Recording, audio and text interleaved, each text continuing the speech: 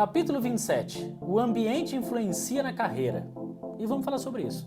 Sabe como é que funciona para um atleta que está numa categoria sub-20, que é a última categoria para subir para o profissional? Quais são os fatores que determinam com que o clube, né, promova esse atleta para a categoria principal? E aí muita gente fala assim, é simples, é só ele jogar bem, né? Não, se fosse simples assim, tá todo mundo lá. Ah, que coisa maravilhosa, né? Vocês sabem que a categoria sub-20 é a última categoria e antes os clubes estão começando cada vez mais cedo. Tem clube que já tem o sub-7, o sub-9, sub-11, sub-15, 13, sub-15, sub-17, sub-20. Olha quanto tempo de formação. Referência, o Neymar não é. Neymar, Endrick, que com 16 anos já estão no profissional. Isso não é referência, e não são regra, tá? Eles são exceção. A gente não debate a exceção, a gente debate a regra. Como é que funciona na maioria das vezes para um atleta chegar? Já começo adiantando para vocês que a maioria dos atletas atinge maturidade para conseguir jogar numa categoria principal dos 22 a 24 anos. Só que a categoria de base vai até o sub-20. Então, o que eles fazem com 20 a 22 anos a maioria? Isso aqui é um período chamado de transição. E é o período mais desafiador de um atleta. Por quê? Porque é um período que muitos dos atletas ficam num limbo, eles ficam ali, né, para ver o que vai acontecer e tudo mais. Antes, para você conseguir entender, a média de atletas, né, em percentual que sobem da categoria sub-20 para o profissional direto e já começam a jogar e por aí vai, é de 3 a 5%. Nós estamos falando que a cada 100 jogadores que estão numa categoria, que estão em categoria de base, de 3 a 5 atletas que sobem para o profissional. E os outros 95? E os outros 97 atletas? O que faz? São incógnitas, não sabe o que fazer. Então, por isso que tem que tentar entender que é um processo longo, chegando lá no final tem um processo ainda de transição e que esse processo não é um processo tão natural.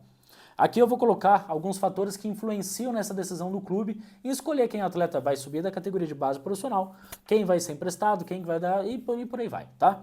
Primeira coisa, modelo de jogo do clube. Todo clube tem seu modelo que é tradicional, tá? Que tem por alguns clubes assim, eu falo até pelo próprio Barcelona, tentou instalar Barcelona, São Paulo, eu não sei se exatamente nesse momento continuam fazendo isso, só que eles tinham um modelo de jogo do profissional, que eles aplicavam isso desde lá da categoria de base. Então o atleta na formação ia subindo, e aqui utilizava o mesmo modelo. Não quero aqui dizer se é certo ou errado, mas é um modelo, né? Independente de qualquer coisa, independente do técnico que está ali, o clube tem uma filosofia de trabalho, né? E já adianto, tem muitos candidatos a presidente que quando vão fazer suas campanhas políticas, né? Para falando assim, vote em mim, porque eu vou fazer diferente. Uma das minhas promessas é fazer com que 50% do elenco principal seja oriundo com atletas da categoria de base, né? Quando eles falam isso, muitas vezes eles não têm noção do que estão dizendo, porque isso é extremamente desafiador. O processo de formação é longo, até com o atleta da base no profissional, é longo. Não é assim da noite para o dia. E futebol é muito imediatista, precisa ter resultado. Mas o modelo de jogo, o modelo de gestão do clube vai determinar em muito quais são os atletas que vão subir ou não. Um outro ponto aqui é a situação financeira do clube, que é assim, ó, olha como são as coisas. Quando o clube está numa situação financeira ruim, aí recorre à base. Quem na categoria de base está pronto aqui para jogar? Porque aí a base vira solução, a base já não é mais custo. Quando a base vira solução, aí eles procuram um jogador, esse jogador faz 1, 2, 3 jogos de destaque, o alá, é a solução financeira do clube. Porque esse jogador que vai ser vendido, que vai ser negociado, que vai entrar dinheiro e por aí vai, tá? Terceiro ponto que eu acredito que seja muito interessante, objetivo do clube. Cada clube tem seu objetivo. Tem clube que só joga a categoria profissional, ou seja, a principal, porque é obrigado. Não sei se vocês sabiam, mas em todas as federações, principalmente as principais que eu conheço, né? Paranaense, Catarinense, a Carioca, a Paulista, a Mineira, para você jogar a categoria principal, você precisa ter um time, ao menos, disputando a categoria de base. Para você ter um time jogando a categoria de base, o campeonato estadual, você tem que ter uma equipe principal. Isso que inviabiliza muitas vezes alguém que quer iniciar um projeto, porque tem alto custo, né?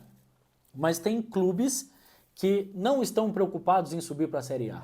Tem clubes que não estão preocupados em serem campeões da Copa do Brasil. Tem clubes que, por essência, querem revelar atletas. Consigo aqui dizer, ó, O Retrô, o Azures, o SK Brasil. Ah, você está dizendo que eles querem perder? Não. Ganhar é consequência do trabalho que eles estão fazendo. Mas o objetivo principal deles é qual? Formar atleta. Quando você forma atleta para outros clubes, faz um trabalho de excelência nessa área, você acaba dando oportunidade para esses atletas e acaba entrando dinheiro em caixa.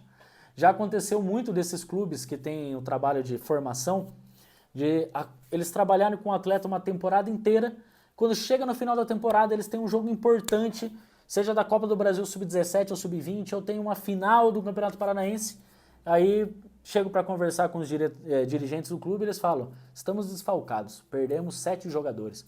Você fala, Jesus amado, tá todo mundo no DM? Não, tá cada um em um clube, porque cada um foi negociado para um lugar. E aí, ao mesmo tempo que eles ficam felizes, eles ficam tristes, né? Eles ficam felizes porque o objetivo principal foi cumprido, mas ficam tristes porque o resultado esportivo também importa. Tem que ter um equilíbrio. Quarto ponto aqui, a questão da filosofia do treinador, tá? Tem muito treinador que já vem com a sua filosofia instalada. No 3-5-2, no 4-2-3-1, no 4-3-3, no 4-2-4. Nossa, 4-2-4 eu jogava muito no In-11, na época do In-11. Ali eu colocava o Roberto Carlos no ataque pela esquerda. Meu Deus, que fenômeno. Mas tem treinador que tem essas filosofias, e é natural. E quando ele vem com uma filosofia de trabalho, primeiro ele chega no elenco, vê quem tá lá, tá? Aí ele joga no 4-2-4, tá? Tô dando um exemplo, que é um exemplo. Só que os atletas estão no elenco, não encaixa ali na função que ele quer. Aí ele vai na categoria de base. Vai lá ver, opa, esse jogador aqui encaixa. Vamos trazer ele para cima. Outra coisa que acontece para jogadores subirem da categoria de base para o principal ou também descerem é a troca de treinador. Por quê? Chega um treinador, chega com uma filosofia nova. Quando um treinador chega na equipe, é como se zerasse o game, tá? Começa do início. Vamos lá, do zero. Por quê? Porque o treinador ele vai reavaliar todo mundo. Muito treinador ele chega não causando problema, né? Do tipo, afasta esse, afasta aquele. Não, mas ele já chega assim, ó. Não importa o que vocês fizeram até agora. Porque se tivesse bom, o treinador não teria sido mandado embora e eu não estaria aqui. Então ele chega, ele vai analisar e aí é tudo aquilo de novo. Então a troca de treinador pode acontecer com um atleta na categoria de base que estava jogando, pode voltar para a categoria de base. Um atleta que não estava sendo relacionado a um profissional, subir o profissional e jogar. Outro ponto, o sexto ponto é a questão das lesões. A equipe principal tem um lateral esquerdo que se lesionou, e aí o reserva dele era o reserva imediato, que é profissional também, que já é acima dos 20 anos, tomou o terceiro cartão amarelo, aí eles têm que ligar urgente lá na base falando, manda o lateral esquerdo. E aí o menino vai, faz 2 jogos e nunca mais sai. Nossa, várias histórias acontecem isso, por questão de lesão, de suspensão e por aí vai. Posição carente. Lateral esquerdo é uma posição carente, lateral direito é uma posição carente, centroavante é uma posição carente. Tem várias posições carentes. E o clube pode ver que algum atleta da base está se destacando e antecipar essa subida. E outro fator que influencia muito, que eu sempre digo que é o seguinte, que não tem nada a ver com o clube, tem a ver com a casa do atleta, tá? Aonde ele convive. Por que acontece? Pensa o seguinte junto comigo, tá? O que pode acontecer para influenciar a carreira do atleta de uma maneira positiva ou negativa? São as pessoas que estão ao seu entorno, tá? Vai determinar muito a pessoa que está do lado do atleta se vai impulsioná-lo ou se vai derrubá-lo. Eu acredito que relacionamentos só existem de 2 tipos, do tipo balão e do tipo âncora. O tipo balão te joga para cima, do tipo âncora te joga para baixo. Tem muita gente que não tem um relacionamento âncora, tem um relacionamento Titanic. Parece que a pessoa só quer afundar ela lá para baixo e vai que vai, né? E isso faz total diferença. Ter o apoio da pessoa que está em casa, seja do pai, da mãe, ou até do atleta, seja da namorada, da esposa, faz total diferença. Só que essas pessoas muitas vezes não convivem, não entendem o que está acontecendo ali no dia a dia.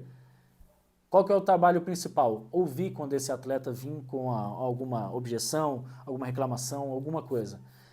E eu falo para vocês que muitas vezes o atleta acaba se perdendo, acaba saindo, acaba não subindo para o profissional e não tem nada a ver com parte técnica, com parte tática, com parte física, com parte de oportunidades, nem nada do tipo. E sim pela quem está ao seu redor. Então tome cuidado para não ser essa pessoa que vai jogar o sonho do atleta lá para baixo. Pelo contrário, que você seja essa pessoa que vai incentivar, e não só incentivar, ajudar com informações importantes para ele buscar o sonho dele, que é chegar na categoria principal e ser um atleta profissional.